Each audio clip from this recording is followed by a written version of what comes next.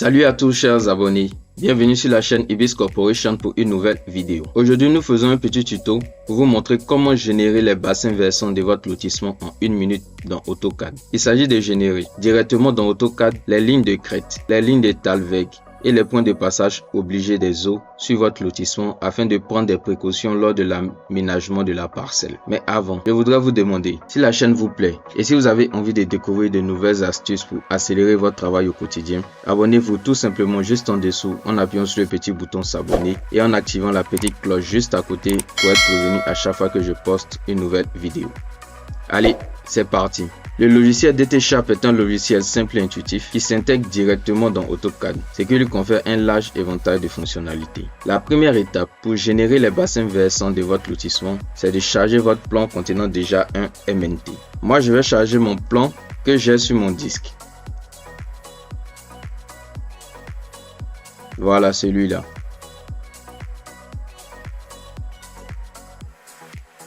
Comme exemple, nous allons générer les bassins versants de cette parcelle avec ce MNT qui a déjà été généré. Pour cela, on clique sur Module Urbanisme, Analyse du relief et Bassins versants.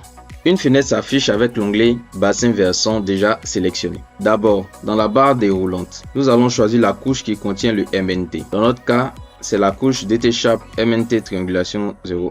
Ensuite, pour le paramétrage, nous gardons les valeurs par défaut pour la taille des flèches sur les lignes de talweg et de liaison ainsi que la taille des points topo. Enfin, nous cliquons sur le bouton Calcul des bassins versants. On nous demande de sélectionner la polyligne limite du lotissement. Je sélectionne la limite de mon lotissement ici. Je ne sais pas si vous voyez.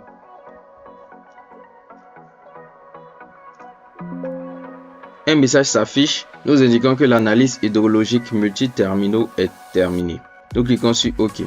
Voilà, nos bassins versants ont été générés. Pour mieux voir les bassins versants, nous allons désactiver la couche du MNT.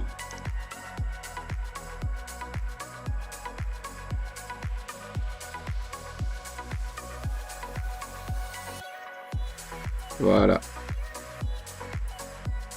Voilà, le MNT est désactivé et nos bassins versants apparaissent mieux. Et avec un code couleur selon l'importance de leur surface contributive. Vous pouvez voir ici les bassins versants avec l'accumulation pour chaque bassin versant.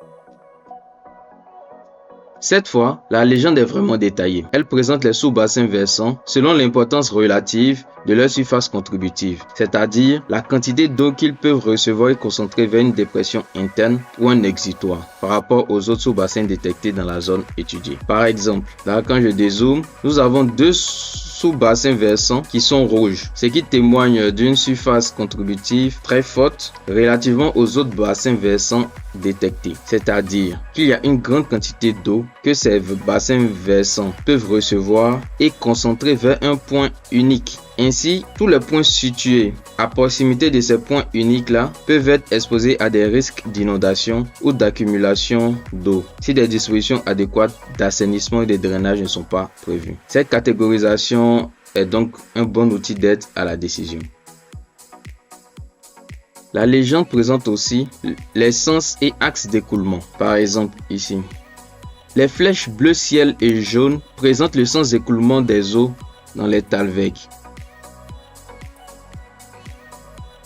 Quant aux flèches toutes bleues, par exemple ici, elles présentent le côté où l'eau va sortir du bassin versant. Les flèches orange, ici et ici, indexent juste un sommet du côté où l'eau va sortir du bassin versant. La légende présente aussi les terminaux hydrologiques. Par exemple, les points verts marqués exutoire matérialisent les points de passage obligés des eaux se situant sur la limite du terrain. Nous n'en avons pas dans notre plan actuel. Les points magenta marqués dépression matérialisent les points de passage obligés des eaux se situant à l'intérieur du terrain. Là, les voici par exemple. Ici, dépression. C'est un point de passage obligé de toute cette eau qui descend. La légende présente aussi les points topographiques générés.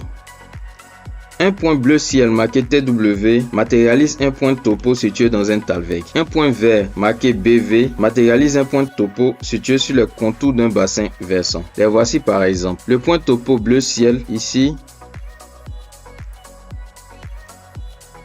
matérialise un point situé dans un talweg. Et le point topo vert ici BV matérialise un point situé sur le contour d'un bassin versant. Par ailleurs, pas de panique. Au cas où vous oubliez ces différentes consignes un de ces jours, vous trouverez dans la partie remarques des explications sur chaque élément de la légende. Maintenant, nous revenons sur l'interface d'Ethershop. Il faut savoir que vous pouvez modifier la taille des flèches sur les lignes de talweg et de liaison qui sont ici en jaune et en orange. Vous pouvez diminuer leur taille et avoir peut-être la taille des flèches bleues pures ici. Vous pouvez aussi modifier la taille des points topo, les points TW et BV ici. Il suffit de jouer sur les valeurs dans l'interface. Et voilà, vous venez de générer les bassins versants de votre lotissement directement dans AutoCAD en un temps record. J'espère que ce tuto vous aidera dans l'analyse rapide et efficace de vos différents terrains. Si la vidéo vous a plu, n'hésitez pas à mettre un pouce bleu juste en dessous, ça nous fera super plaisir. N'hésitez pas aussi à vous abonner sur la chaîne et activer la petite cloche pour ne rater aucune nouvelle vidéo. Du coup, on se retrouve bientôt sur notre chaîne pour de nouvelles astuces qui accéléreront votre travail au quotidien.